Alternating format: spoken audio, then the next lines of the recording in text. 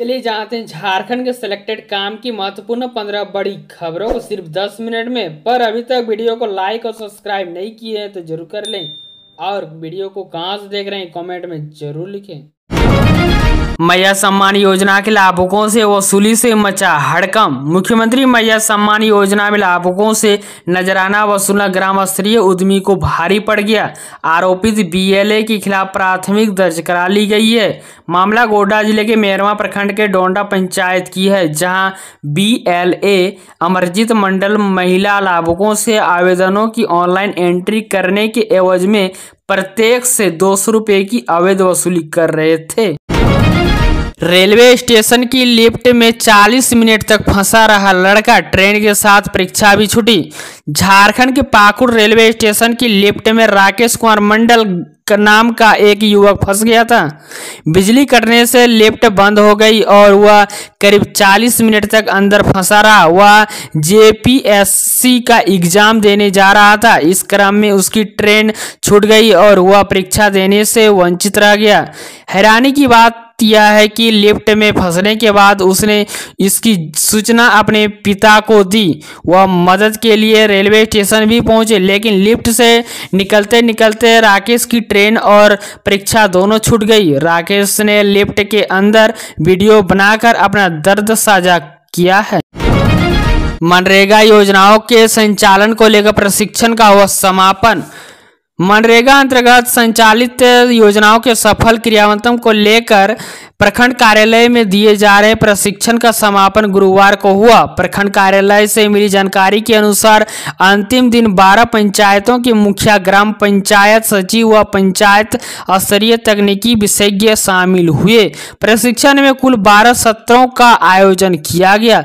विभाग द्वारा प्रशिक्षण प्राप्त मास्टर ट्रेनर सोराब अली द्वारा प्रशिक्षण दिया गया। इस दौरान प्रशिक्षकों के मनरेगा योजना के सफल क्रियान्वयन को लेकर ग्राम पंचायत स्तर पर मास्टर रोल भरे जाने के तरीके, योजनाओं की स्वीकृति, जॉब कार्ड निर्गत करने का तरीका, ग्राम सभा में योजनाओं के चयन, रजिस्टर तथा योजनाओं की गुणवत्ता आदि को लेकर जानकारी दी। उत्पाद सिपाही की तैयारी कर रही युवती के दोनों पैरों को बॉक्साइट ट्रक ने रौंदा। गुमला के घाघरा थाना क्षेत्र के देवांकी गांव के पास एक युवती बॉक्साइट से लदे ट्रक की चपेट में आ गई। युवती की पहचान देवांकी गांव के निवासी पूर्णिमा कुमारी के रूप में हुई है। स्थानीय लोगों की मदद से घायल युवती को सीएचसी घाघरा में भर्ती कराया गया, जहां युवती का इलाज किया जा रहा है। जानकारी के मुताबिक पूर्णिमा कुमारी उत्पाद सिपाही के फिजिकल परीक्षा के लिए रोजाना की तरह गुरुवार को भी सड़क पर अभ्यास करने के लिए निकली थी। इसी दौरान घाघरा में विशुनपुर की ओर जा रही बॉक्साइट ट्रक ने पूर्णिमा के दोनों पैर को कुचल डाला। जमशेदपुर से लापता एयरक्राफ्ट के पायलट और इंस्ट्रक्टर के शव चंडिल डैम में मिले। नेवी कर रहे थे विमान की तलाश। जमशेदपुर से उड़ान भरने के बाद लापता हुए एयरक्राफ्ट के पायलट और इंस्ट्रक्टर के शव बरामद हो गए हैं। दोनों के शव सरायकेले खरसवा जिले के चंडिल डैम से बरामद हुआ है। यह डैम जमशेदपुर के मानगो से सटा है। एयरक्राफ्ट ट्रेनी पायलट और इंस्ट्रक्टर की तलाश के लिए पहले एनडीआरएफ को बुलाया गया था। एनडीआरएफ की टीम फेल हो गई तो भारतीय नौसेना को बुलाया गया। नेवी की टीम गुरुवार यानी 22 अगस्त की सुबह रांची पहुंची। यहां से जमशेदपुर और फिर चंडिल डैम तक गई। नेवी की टीम लापता एयरक्राफ्ट की तलाश कर रही है। भारतीय नौसेना की टीम के चांडिल डैम पहुंचने से पहले ही एयरक्राफ्ट के ट्रेनी पायलट का शव बरामद हो गया है। चंडिल की एसडीएम ने बताया कि सुबह चंडिल डैम से मछुआरों को एक शव मिला। उसके बैच से पता चला कि वह ट्रेनी पायलट है। उनका नाम सुब्रोदित दत्त। शर्त पूरी करो, मुफ्त बालू ले जाओ। 20 ट्रैक्टर फ्री रेत के लिए धड़ाधड़ हो रहे हैं आवेदन। मुख्यमंत्री हेमंत सोरेन की घोषणा के बाद मुफ्त के बालू के लिए सैकड़ों की संख्या में लोगों ने आवेदन करना शुरू कर दिया है। ऑनलाइन आवेदनों की संख्या दिनों दिन बढ़ती जा रही है। इनमें से सर्वाधिक आवेदन देवघर और सरायकेला जिलों से प्राप्त हुआ है। खान विभाग के अधीन कार्यरत झारखंड राज्य खनिज विकास निगम को बालू के स्टाफ और वितरण के लिए एजेंसी के तौर पर मान्यता दी गई है। यानी JSMDC के अनुसार पिछले एक सप्ताह में आवेदनों की रफ्तार बढ़ी है। निगम ने अपनी अधिकृत साइट पर लाभुकों के लिए आधार को परिभाषित किया है और बताया कि कैसे लोगों को मुफ्त बालू मिल सकेगा। मेरे लिए JMM चैप्टर बंद, पार्टी में नहीं जाऊंगा वापस। झारखंड की राजनीति में इन दिनों हलचल तेज है। झामुमो और बीजेपी को चंपाई सोरेन के अगले कदम का इंतजार है। पार्टी जहां खुलकर चंपाई को लेकर कुछ नहीं बोल रही है, वही बीजेपी बाहें फैलाकर उसके स्वागत को तैयार है। पार्टी के कई नेता उनके तारीफ कर रहे हैं। इन सब के बीच कोल्हान टाइगर के नाम से मशहूर चंपाई स्पेस को खत्म करने के मूड में नहीं दिख रहे हैं। हालांकि उन्होंने यह साफ कर दिया है कि वह झारखंड मुक्ति मोर्चा यानी झामुमो में वापस नहीं जाएंगे, क्योंकि वहां उनकी बहुत अपमान हुआ है। आरक्षण को लेकर भारत बंद का झारखंड में दिखा मिला जुला असर। बसें बंद होने से परेशान होते रहे लोग। अनुसूचित जाति एवं अनुसूचित जनजाति के आरक्षण पर सुप्रीम कोर्ट के फैसले को लेकर बुधवार को एक दिवसीय भारत बंद का झारखंड में मिला जुला असर रहा। बंद के कारण सार्वजनिक परिवहन की बसें सड़कों में नदारद नहीं रही, वही स्कूल भी बंद रहे। एक आधिकारिक ने बताया कि हड़ताल के कारण मुख्यमंत्री हेमंत सोरेन ने भी पलामू का अपना दौरा रद्द कर दिया।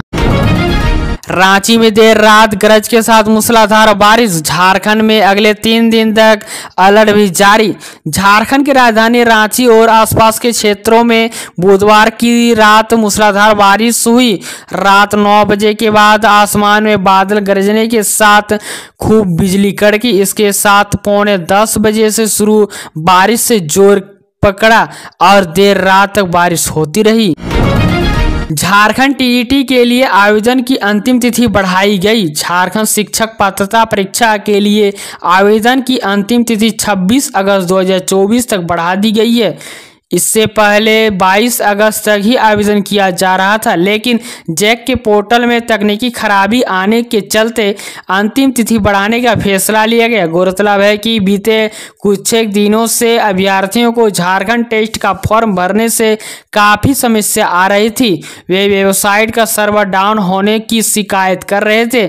हजारों के आवेदन लटक रहे थे। गौरतलब है कि जैक द्वारा करीब 8 वर्षों के बाद राज्य में शिक्षक पात्रता परीक्षा आयोजित की जा रही है। इसके लिए 23 जुलाई से ऑनलाइन आवेदन किए जा रहे हैं। अब तक की करीब 3.5 लाख युवा आवेदन कर सके हैं। झारखंड सरकार मिड डे मील कराएगी ऑडिट, 22 टीमें करेगी इन बिंदुओं पर जांच।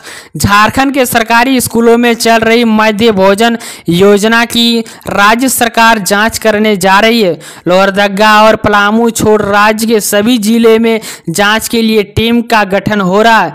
2021 से 22, 22 से 23 और 23 से 24 वित्तीय वर्ष की मिड डे मील योजना की जाँच शुरू जाएगी। इनमें से 1ली से 8वीं तक के स्कूलों में ऑडिट होगा।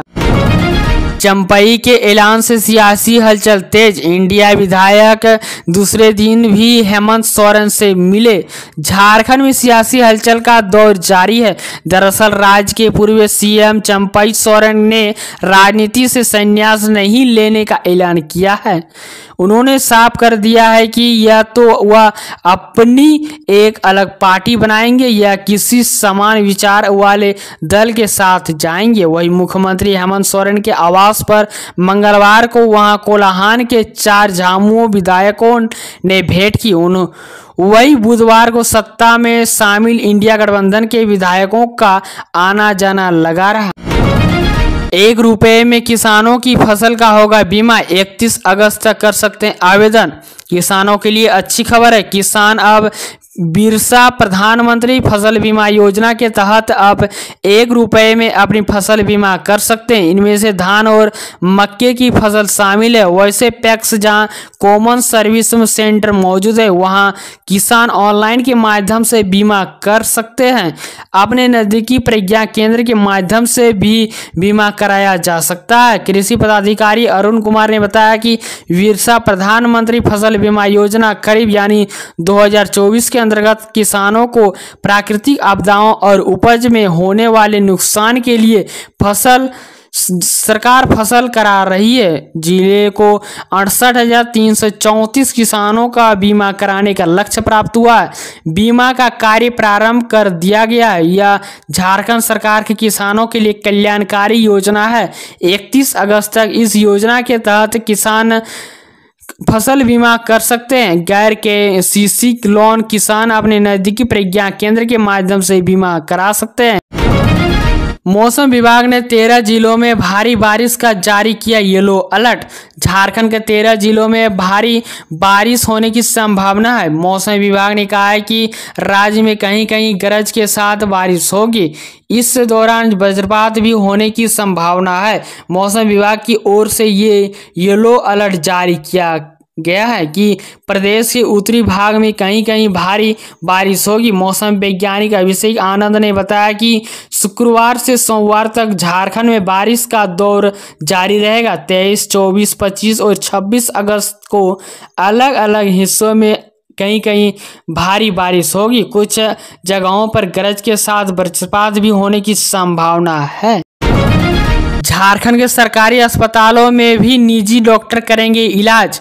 झारखंड के सभी सरकारी अस्पतालों में अब निजी डॉक्टर भी मरीजों का इलाज ऑपरेशन करेंगे। साथ ही जरूरत पड़ने पर ओपीडी में भी मरीजों की जांच करेंगे। इसके बदले सरकार उन्होंने मासिक या फिर प्रतिदिन के हिसाब से भुगतान करेगी। यह व्यवस्था सामुदायिक स्वास्थ्य केंद्र से लेकर मेडिकल कॉलेजों में भी लागू की जाएगी। स्वास्थ्य विभाग ने विशेष सचिव जय किशोर प्रसाद ने इसे संबंधित सूचना जारी कर दिया है। इनमें से उन्होंने कहा है कि जो इच्छुक डॉक्टर जिसे जिले के मेडिकल कॉलेज कार्यालय या सिविल सर्जन कार्यालय में 30 अगस्त तक आवेदन दे सकते हैं।